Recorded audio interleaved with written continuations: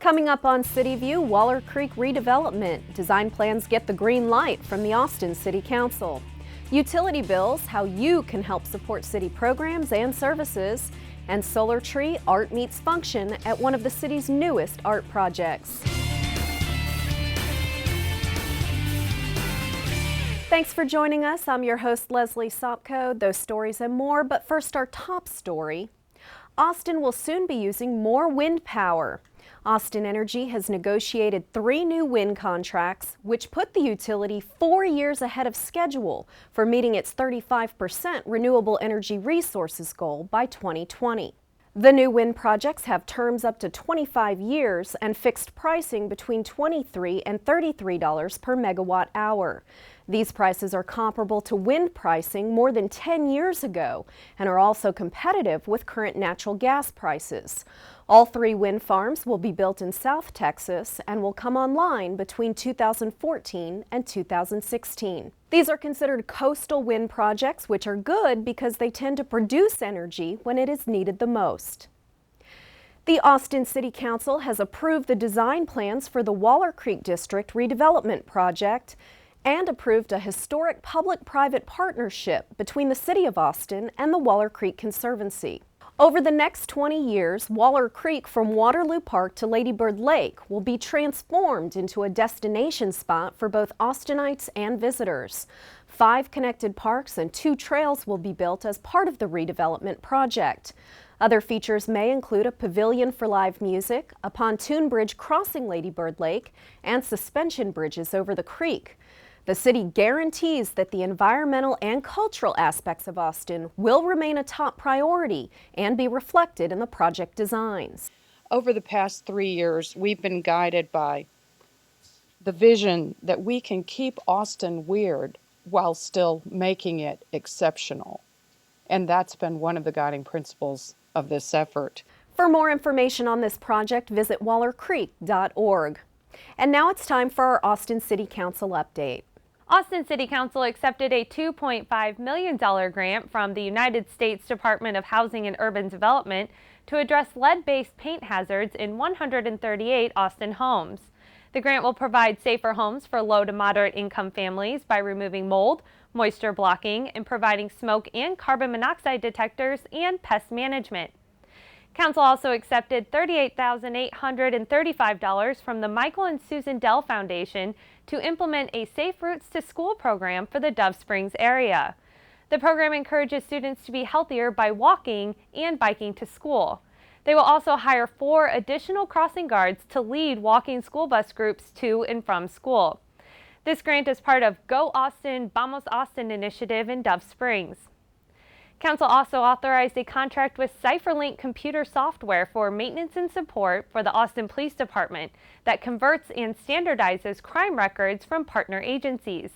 This support would allow APD to continue work with other area law enforcement agencies to standardize records and data to be able to more quickly identify criminals. Finally, Council conducted a public hearing to gather community feedback regarding an ordinance that would establish a rate review mechanism for natural gas sold in the city by Atmos Energy. The most recent rate review method expired in 2011, and the city wishes to create a new one before the next request for a gas rate increase. Staff has worked with outside legal consultants and the Atmos Texas municipalities to develop a process that will increase city rate oversight and reduce regulatory costs. In total, the Austin City Council considered 108 items on the agenda. The next regular meeting of the Austin City Council is August 8, 2013.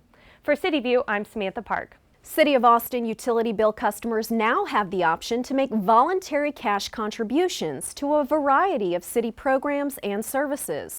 Customers have always been able to donate to the city's Plus One Fund, which provides emergency financial assistance to customers experiencing unexpected hardships, like sudden job loss. Now, utility bill customers can also choose to make donations that directly benefit parks, libraries, and public school districts. The Parks Department will use the funding for after-school and summer camp activities, as well as tree planting. Austin Public Libraries will use the funds to help expand their inventory, And the school districts will use the money for utility bills and other support expenses, so state and local funding can be used directly in the classroom. We are increasingly becoming two Austins, an Austin that is very prosperous along with an Austin that is struggling to make ends meet. This program helps to stem that tide, to provide broad community support for all of our community's needs with the voluntary donation on the utility bill, which will bring much needed sums to several groups. There are check boxes on the customer utility bills that allow you to designate what type of donation you would like to make. The City of Austin recently dedicated a one-of-a-kind solar tree and plaza at the Ditmar Recreation Center in South Austin. The functional artwork produces electricity for the Recreation Center and was dedicated on the summer solstice, which is the longest day of the year when the most solar energy can be produced. The solar tree was commissioned by the city's Art in Public Places program as part of the construction of the new Ditmar Gymnasium. It generates energy for the city, and it makes a wonderful place for children to gather here while they're here at the rec center. It's functional art, and what we like is not only does it generate electricity for us, but it also educates the citizens of Austin about solar energy. And what we hope comes out of this project is that they see the solar tree and they see the panels and they get inspired and they go home and they decide to put it on their own house, or if they have a business, they can put it on the roof of their business. And Austin Energy provides incentives to do that. At night, the tree is lit with a halo of LED lights, while additional LEDs embedded in the plaza create a pattern on the ground. And that's all for this edition of CityView. I'm your host, Leslie Sopko. Our next episode premieres Friday, July 12th. Thanks for watching, and we'd like to leave you with some sights and sounds from the Republic of Texas Biker Rally, which took to the streets of Austin just a few weeks ago.